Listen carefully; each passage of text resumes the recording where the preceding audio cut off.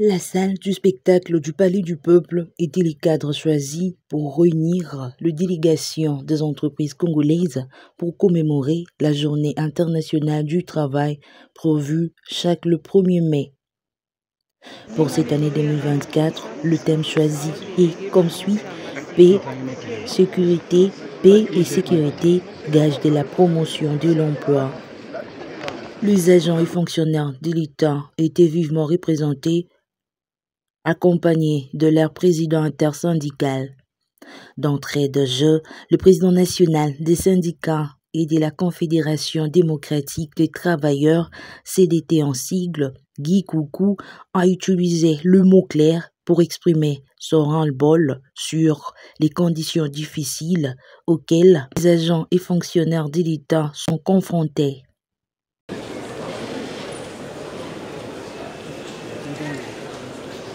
Très bien que la classe politique congolaise se bat souvent pour ses propres intérêts égoïstes que pour ceux de la population. Pour preuve, chaque année, le budget de rémunération des institutions augmente toujours pendant que les maigres budgets affectés aux services publics est souvent soit non exécutés, soit réduit davantage, soit servi à des individus.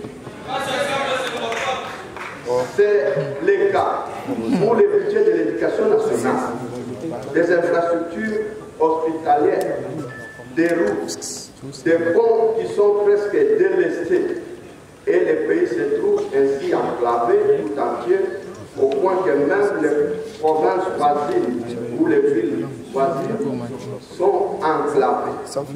La population est ainsi prise en étau, sans possibilité de se déplacer pour la recherche du marché, des débouchés et de l'emploi.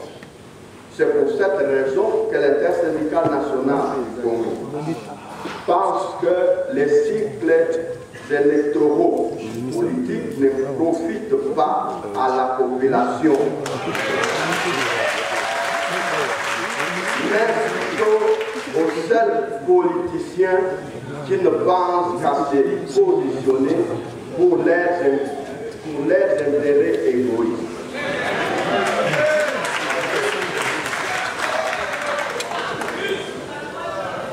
Il s'ensuit que la population s'en trouve ainsi trahie par ces élus qui devaient défendre ses intérêts.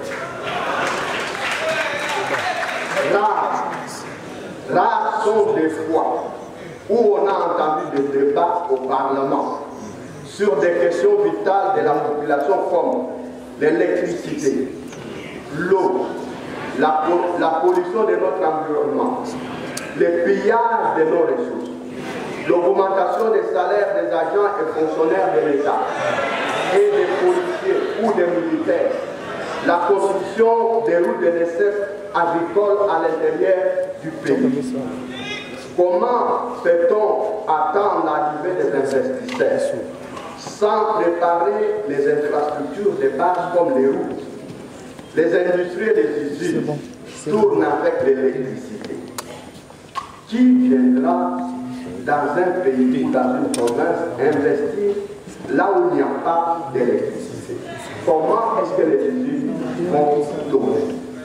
L'intersyndicale nationale intercelle le président de la République, le gouvernement de la République, pour que cette tendance soit renversée et que la solution soit trouvée.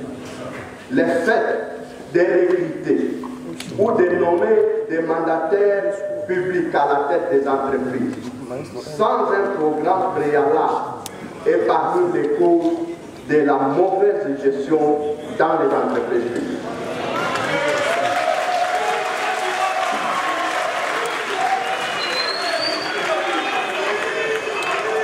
Raison pour laquelle l'intersyndicale nationale du Congo s'est toujours opposée à la politisation des nominations des mandataires de l'État. Les entreprises ne doivent pas être être considérés comme des bulletins électoraux. Ce sont les entreprises de l'État et des citoyens. L'intersyndicale préconise que les recrutements des mandataires soient faits sur base des concours des plus méritants à la tête des entreprises publiques avec des programmes d'action préétablis afin de pouvoir faire leur évaluation à la suite de leur nomination. La culture des partages équilibrés des forces a donné toutes ses limites.